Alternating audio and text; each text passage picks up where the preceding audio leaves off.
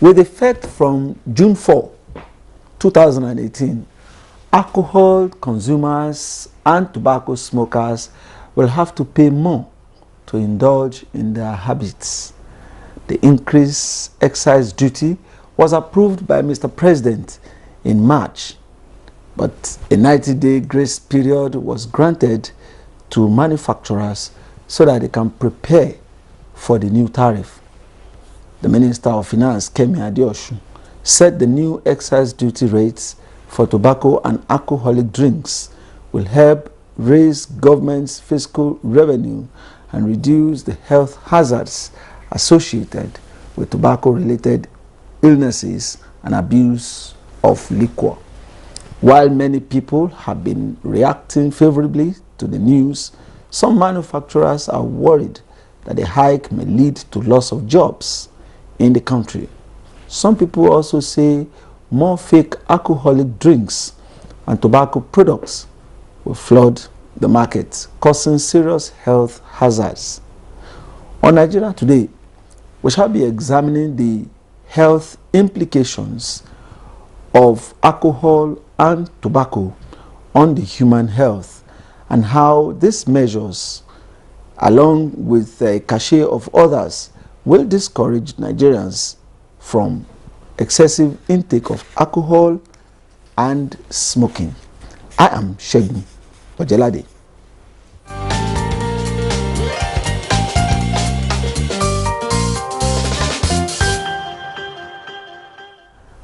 I'm being joined in the studio to throw more light on these issues by Dr. Nnenna Eze Igwe. She is the Director and National Coordinator, Non-Communicable Diseases in the Federal Ministry of Health, Abuja. Madam, I welcome you to the program. Thank you, Shegun. Good evening, Nigerians. She's been joined on the program by Olufemi Akimbode. He is the Deputy Executive Director, Environmental Rights Action and Friends of the Earth, Nigeria. I welcome you, sir, to the program. Good evening.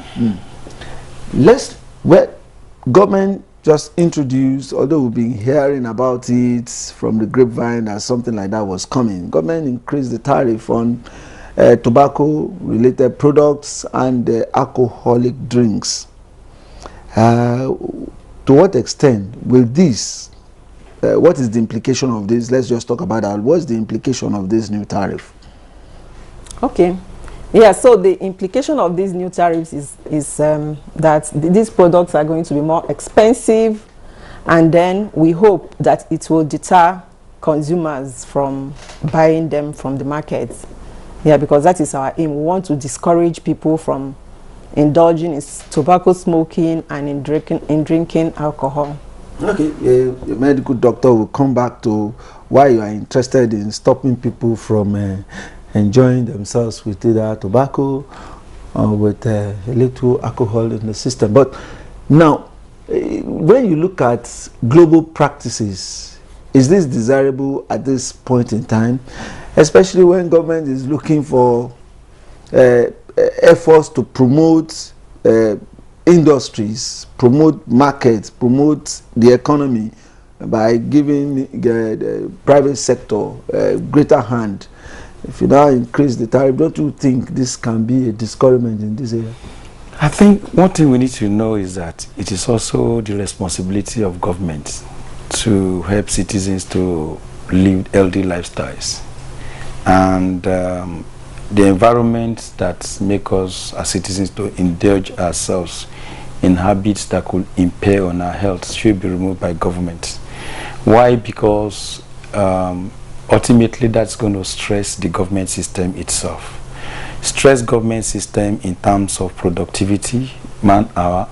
A healthy nation is a wealthy nation. It's going to stress government in terms of people getting sick and going to the hospitals. And we are in a country where our health facilities are actually not what we want it to be. And so it's in the best interest of the government to ensure that citizens don't indulge in habits that could impair on their health. And researchers have proven that tobacco, for instance, has causes a lot of health effects. Tobacco is linked to the various cancers. And of course, we also know that alcohol abuse is becoming a major health hazard that governments around the world, not only in Nigeria. And taxation is just one of many tools that government can use to get these products out of the reach of the youths, the kids, and sometimes even the poor, so that they can spend their money on wholesale products. It's a very simple thing. Doctor, the lawyers will tell you, they see two people trying to argue, say, sue the guy, take the guy to court. You as a doctor now, you are saying, don't go near alcohol. What is in alcohol, what is in tobacco that makes them this dangerous to the extent that government has to do something to discourage people from indulging in them? For those out there who don't know, how dangerous are these two products? Okay, so let me start by saying that currently all over the world and also in Nigeria, what we call non-communicable diseases are fast displacing communicable diseases like malaria, tuberculosis, diarrhea, okay, from being the leading cause of death. And research has shown that the greatest risk factor for these non-communicable diseases are tobacco use is number one. Then use of alcohol, excessive use of alcohol, unhealthy diets, and lack of physical exercise. These four stand out among the risk factors for these non-communicable diseases. And so that informs the action that government is taking through the Federal Ministry of Health to ensure that people keep away from these bad habits. Tobacco has been linked to a lot of diseases. For instance, cancer, lung cancer is caused by smoking. That is number one. And tobacco is also implicated in other non-communicable diseases such as heart diseases, cardiovascular diseases. Like you know that the theme for this year's World No Tobacco Day is tobacco and heart diseases, and with the slogan that says that tobacco breaks the heart. So tobacco is number one. It cuts across all the diseases that we're talking about: heart diseases, diabetes, chronic respiratory infections, and cancers.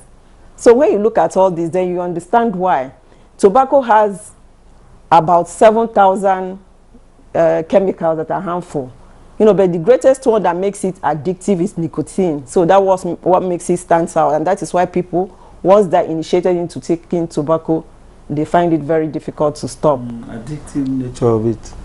And it's very addictive. Yes, it is very addictive. And that is why it is better to prevent people from coming in contact with it, rather than finding it difficult to stop once it starts. I know there are a raft of other measures that have been taken to achieve what Dr. Igwe is talking about, but people say that this tax, the companies will adjust. They will adjust and probably pass the cost to consumers. So where lies the effectiveness of this? Well, let me tell you that for controlling tobacco, there is the global treaty called the Framework Convention on Tobacco Control, for which Nigeria is a party. And I was also announced that, just about a few weeks ago, or just about a week, the federal government also approved that Nigeria should ratify the protocol on illicit trade in tobacco products. Now the FCTC has been brought back home and is being domesticated in Nigeria. The Framework Convention, which is a global treaty, in the form of what we now call the National Tobacco Control Act of 2015. And that act is there as a law in Nigeria. In it, you have quite a number of provisions, as you said. But one thing that is very clear and is being documented is that taxation is one very big instrument to be able to bring down smokers. That in developing countries, if you have about 10% tax rate, you may have up to 4% reduction. And you see, I always want to question when these debates started, and the tobacco companies were crying foul, the usual stories that they put up about job losses and the rest of them. Truth is, A pack of cigarettes, same company in London, goes for £5. £5 today is about $1,500. Why must the same company, same product, go for $250 in Nigeria? Who is subsidizing that? So the fact is that over the years, tobacco products, alcohol products have been, technically subsidized by the government and by the Nigerian people. So we have to put appropriate taxes on those products. It's a win-win situation.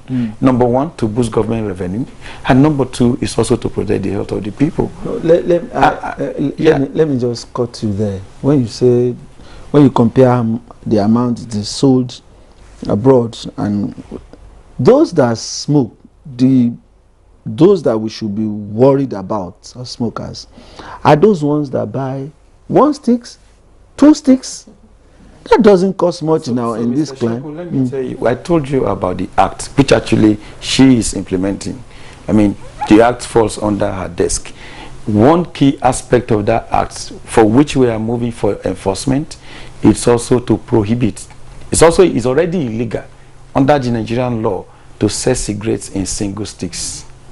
So, in a few months' time, you begin to see government agencies enforcing that no one should sell cigarette in single sticks. No one sell to minors, and I think she can take it. Let her talk about that. How do they hope to do it? Because very close to us here, there are roadside hawkers, there are makeshift stalls where these things are sold.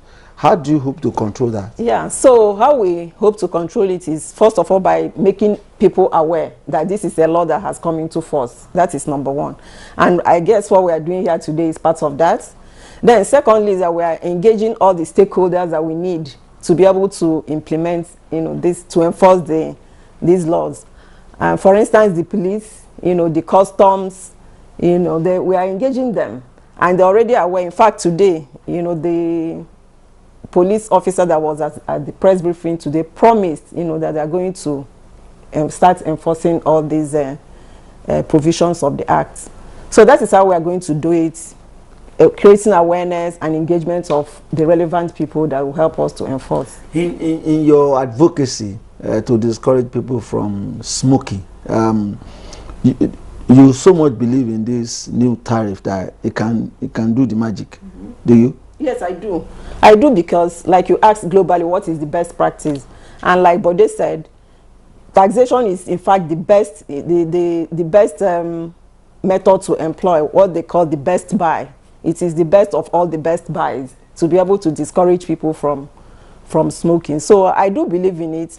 And remember that the level of taxation increase that we are looking at, we are not there yet.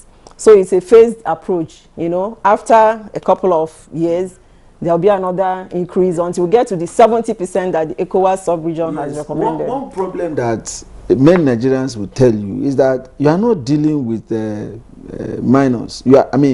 Lesser mortals. You are dealing with very powerful people, very powerful interests. Yeah. Is government really interested to go the whole hog to ensure that this new policy is implemented? Because there are people out there ready and willing to circumvent it. Sure, they've already started crying foul and they're doing everything they could. They did everything they could to stop it, but unfortunately, or fortunately for us, they could not do that, because government is already aware, that this is the way to go. It is recommended by the WHO, FCTC, and we are fighting this war not just locally. It's a global war, that we are fighting. So there is a very strong ally of committed governments that are fighting the tobacco industry. To be honest, it's not easy, but believe me, we are committed.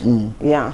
Now, gentlemen, before we started this program, we had gone out to ask Nigerians for their views on some of the things we're talking about, especially using the increase in tariff to discourage consumption and intake of tobacco and alcohol. So we will take a short break now, and then we'll take those comments. And when we come back, we'll be talking of how to discourage minors, especially the vulnerable groups, from having access to alcohol and tobacco products. Let's hear Nigerians first.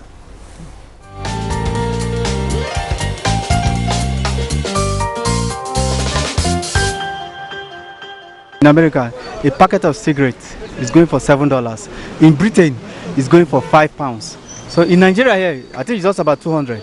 So for them to increase it, it's okay. It's an improvement for us, to the economy too. Locally, the government will get more revenue for the public to enjoy amenities. To bring about a better society, this has been a problem. Alcohol, it will reduce the number of accidents on our roads, honestly, especially in Abuja. Most of the time, most of the accident that happens, even not necessarily in Abuja, along the major roads, travelers and so on, is caused by this alcohol intake. And cigarette, health-wise, is not good. There's going to be value, economic value added. But the increment will not stop people, the patrons, to consume what they are used to. It will not change the demand. The demand will rather be on a higher scale. Attack will just make one that will be smuggling. It will open windows for smuggling. People will start smuggling. It will open window for adulterated products. People will start mixing anything in the backyards, selling on behalf of alcohol. And the implication will not be on the health, of the masses.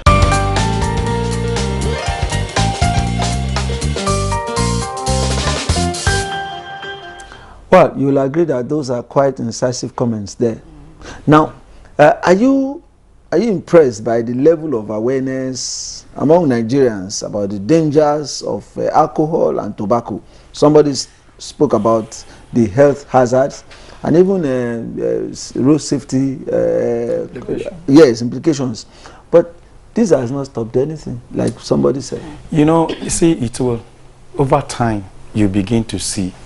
Shegun, let me remind you, there was a time the Federal Road Safety Commission said we should not start wearing seat belts. Probably if you go to town, you are going to get people telling you it's not going to work. Today we know better, and Nigerians even wear seat belts even within their own compounds. That's how it goes in this country.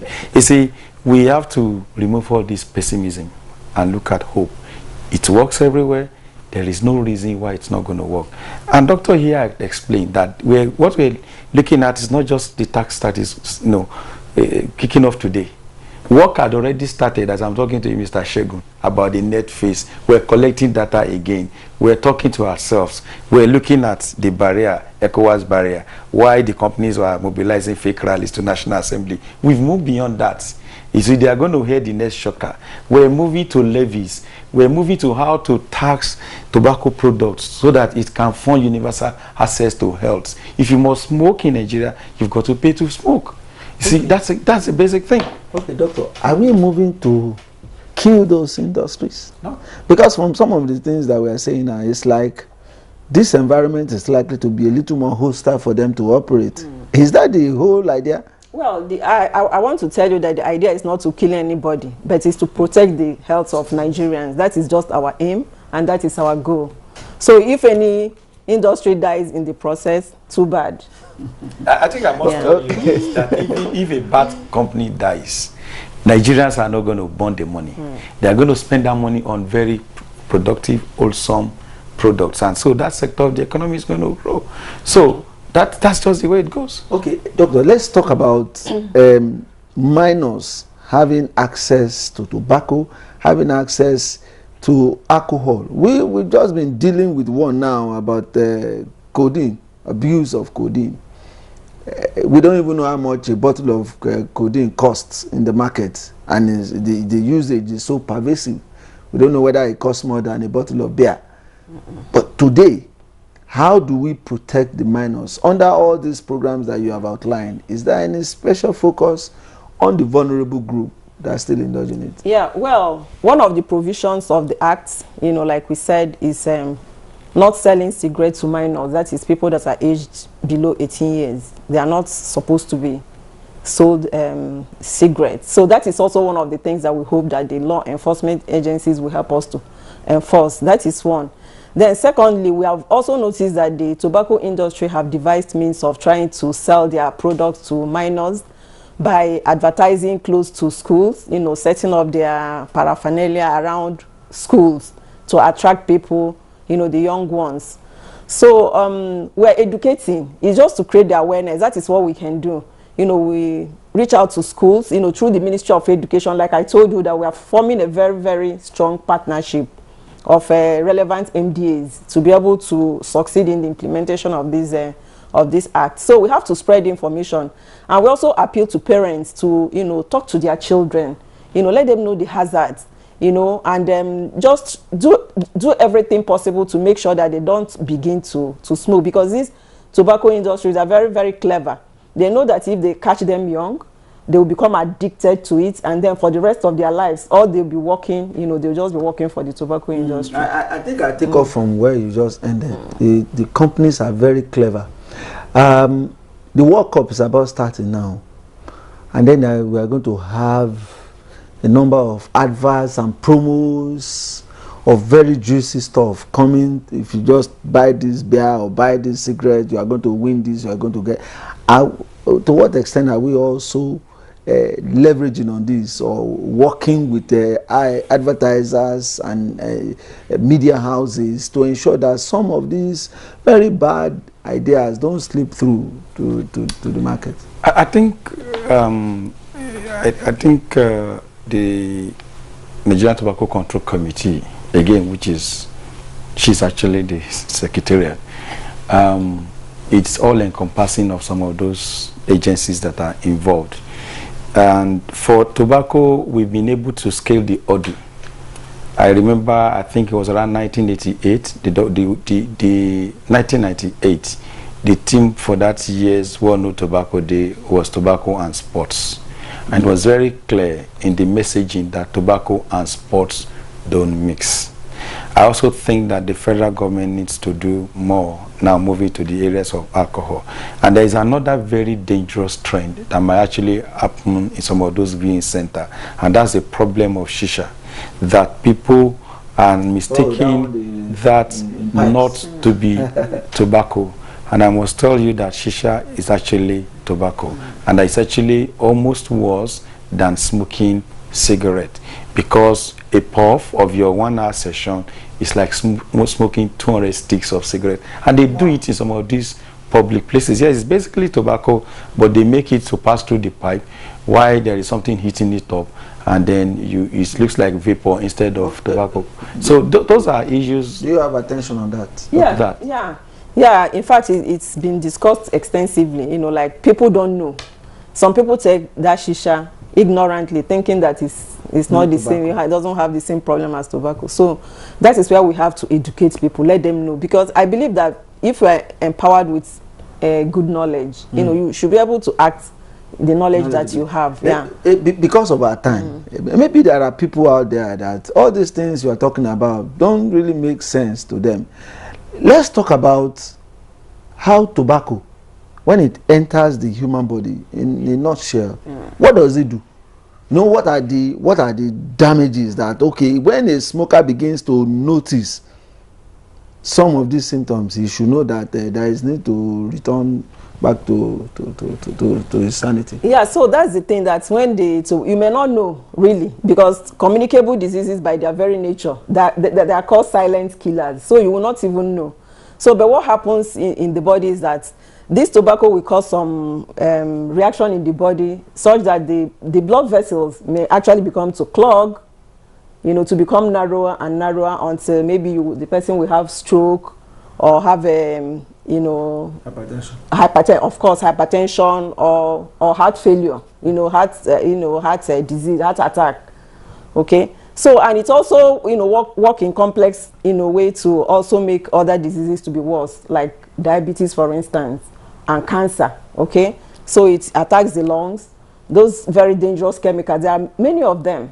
So there are so many of these chemicals that, you know, start some kind of a reaction within the body, and then before you know it, cancer is growing in the lungs. Okay, your final word on the program, especially to the teenager out there that is, well, he has not started, but his peers are doing it, and he feel cool. He too wants to feel cool quickly.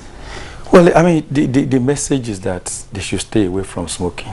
The theme for this year's World No Tobacco Day is Tobacco Arms the Heart, which is basically if you are smoking, you are likely going to die.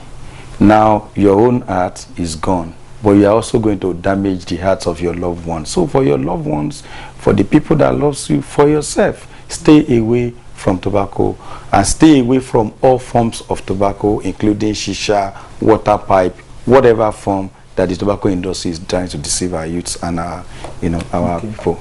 Let me ask you again. Yeah. Are we ready to go the whole hog to ensure that we win this war against tobacco? What is the commitment of government to this, in spite of all that we can see that there's going to be a very long drawn battle? I can tell you that we are very committed at the highest level in this country. Just a few days ago, last week, the government approved, the Federal Executive Council approved that Nigeria should ratify the protocol on illicit trade. And this protocol will enable us to track, this smuggling that they're talking about, they're using as an example. Like I said, this is a global, there's a global movement against the tobacco use, simply because it is, hurting public health globally. Okay. Yeah. I must thank you, Dr. Onnena Ezeigwe, the National Director and National Coordinator of the Non-Communicable Diseases, the Federal Ministry of Health. I thank you for all that you've said on the program. Thank you so much, Shegun. And Mr. Olufemi Akimbode, Deputy Executive Director, Environmental Rights and Action Friends of the Earth, Nigeria. I also thank you for your incisive comments too on the program. Thank you so much. This is why we call it today on the program Nigeria Today, the first in the new week. We shall be back tomorrow with another edition. I am Shegun Ojelade. Bye-bye.